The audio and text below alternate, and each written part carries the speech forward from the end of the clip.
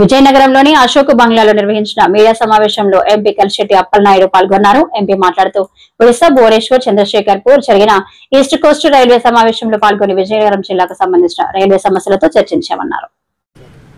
అందరికీ నమస్కారం. మన భువనేశ్వర్లో రైల్వే సమస్యల మీద రైల్వే జీఎంతో అధికారులతో ఒక సమీక్ష సమావేశం జరగడం జరిగింది.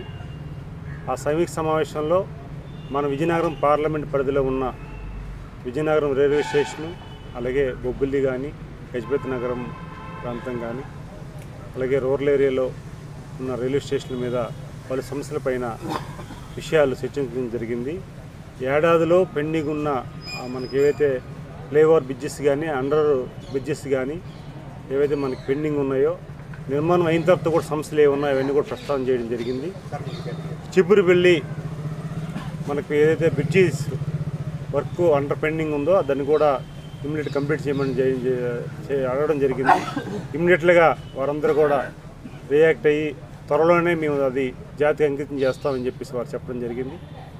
అలాగే అండర్ బ్రిడ్జెస్ సంబంధించి ఏవైతే కొన్ని వర్షాల వల్ల వాటర్ అంతా కూడా నిల్వ అయిపోతుంది, ప్రజలు ఇబ్బంది పడుతున్నారు, ప్రయాణికులు ఇబ్బంది పడుతున్నారని చెప్పి చెప్పడంతో ఇమ్మీడియట్గా జీఎం గారు స్పందించి డీఆర్ఎంకి ఒక ఇన్స్ట్రక్షన్ ఇవ్వడం జరిగింది. ఖచ్చితంగా ఇమ్మీడియట్గా ఒక ప్రత్యేకమైన 2 స్టాఫ్ని నియమించి మోటార్తో వాటర్ని ఎప్పటికప్పుడు క్లీన్ చేయమని చెప్పడం జరిగింది. అదే సమయం నైట్ అండ్ డే కూడా ఉండి వర్క్ చేయమని జరిగింది. అలాగే మనకి చిబురువెల్లిలో కొన్ని స్టాప్స్ ఉన్నాయి, అది కూడా అడిగాం, అవి కూడా పరిశీలన చేస్తూ ఉన్నారు. అలాగే విజయనగరం సంబంధించి 3వ బ్రిడ్జ్, ఒకటే బ్రిడ్జ్ అవడం వల్ల మన ఫ్లైఓవర్ బ్రిడ్జ్ అవడం వల్ల రాకపోకలు ఇబ్బంది కలుగుతుంది ప్రయాణికులకి. అటు 2వ బ్రిడ్జ్ కూడా మనకు పెండింగ్లో ఉంది, అది ఇమ్మీడియట్గా నిర్మాణం చేయమని చెప్పడం, టెండర్లు అయ్యే అండర్ ప్రాసెస్ ఉంది, అది ఇమ్మీడియట్గా చేయమని అడిగాం, దాన్ని కూడా చేయడం అడిగారు. అలాగే అన్ని విషయాలు కూడా కూలంకుషంగా మాట్లాడడం జరిగింది. దాని మీద ఒక నివేదిక ఇవ్వడం జరిగింది. ఆ నివేదిక సంబంధించి ఒక 1 వీక్లో వారు కూడా సమాధానం చెప్తా ఉన్నారు.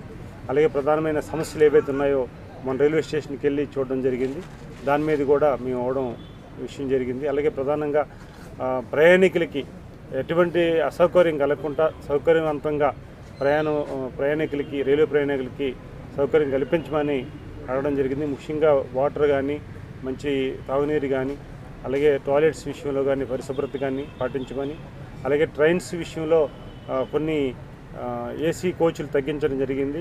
అలాగే జనరల్ కోచెస్ కూడా కొన్ని బోగీలు తగ్గించడం అయింది, అవి కూడా పునర్నిర్మాణం జరగాలని, అలాగే విశాఖ ఎక్స్ప్రెస్ కానీ మనకి ఏదైతే తిరుమల ఎక్స్ప్రెస్ ఏదైతే ఉందో అది మనకి స్టాపేజ్ కొన్ని అడగడం జరిగింది కొన్ని స్టేషన్లో.